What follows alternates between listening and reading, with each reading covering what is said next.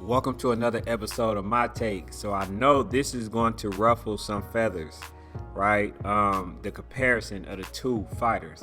Now, I want to talk about who journey was harder on the road to undisputed, Canelo Alvarez or Errol Spence. Now, Errol Spence is not undisputed, but he's fighting and he's looking to fight for undisputed against the number one pound for pound fighter in the country, right? And you had David Benavidez trying to fight Canelo Alvarez, which was the number one fighter in that division. He just lost his fight on the scale. So once David Benavidez lost his belt, that's when Canelo Alvarez decided that he wanted to pursue undisputed. All right? Facts.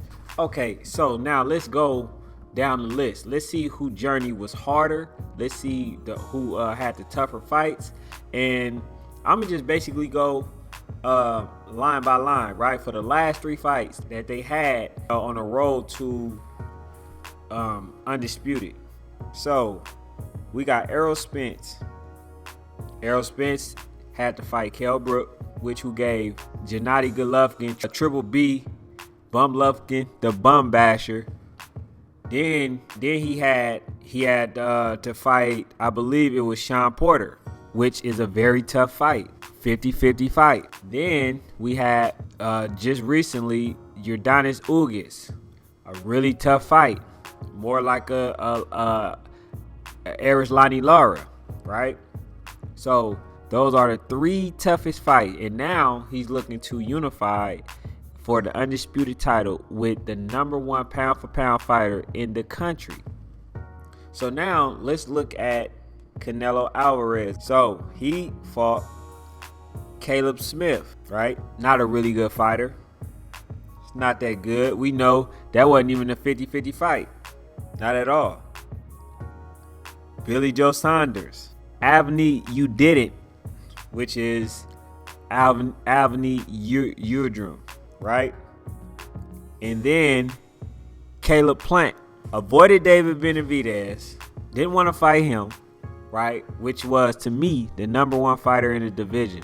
So when I look at those three, right, Canelo had 4 fights, but when I look at the road to become undisputed, Errol Spence did more heavy lifting. Canelo didn't fight nobody that had an advantage, that had full training sessions. He hasn't fought nobody in their prime. So when I look at it, man, I just say that Canelo Alvarez is a good fighter. I'm not gonna give him great, because every situation that he created, he either applied a clause where a person couldn't gain X amount of weight, or a person has to go down in weight, or for a catch weight, or a person has to fight on a certain amount of time, in just like Kovalev, right after a fight, give you X amount of time to fight him, right? Don't give you a full camp, but tell you that you got to sign a contract right away. So Canelo Alvarez took the easy route.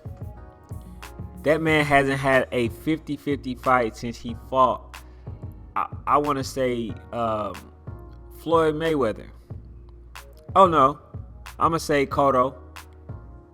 Because I believe Cotto actually could have won that fight. It was that close. So the fight could have went either way. And just thinking, every tough fight that Canelo had, he never rematched him when there was a lot of controversy. I wonder why. He never rematched Erislandy Lara. He never rematched Floyd. He never rematched really nobody outside of Golovkin. That's the only rematch that he had.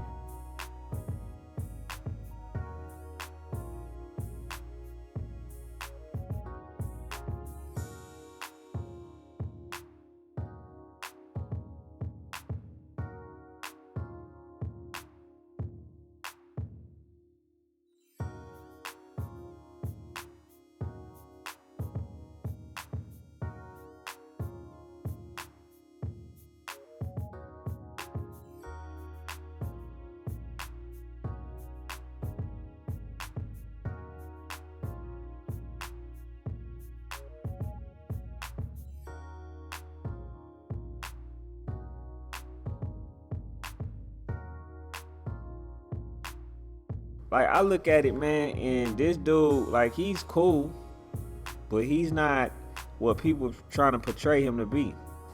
All in all, when I had to break that down, and I look at the fact that Canelo Alverez created some type of disadvantage for his opponent, and then I look at Errol Spence, a person that tells you, I want to fight the best fighters, and actually doing it, 50-50 fights, I have to go with Errol Spence. Errol Spence rode to undisputed, even though, again, like I said, he has never been undisputed. But his journey and the fact that he's in position to fight for undisputed, his road and his journey was a lot harder. But that's all I got for now. Thank you for tuning in. Subscribe to the channel if you haven't already. I'm out.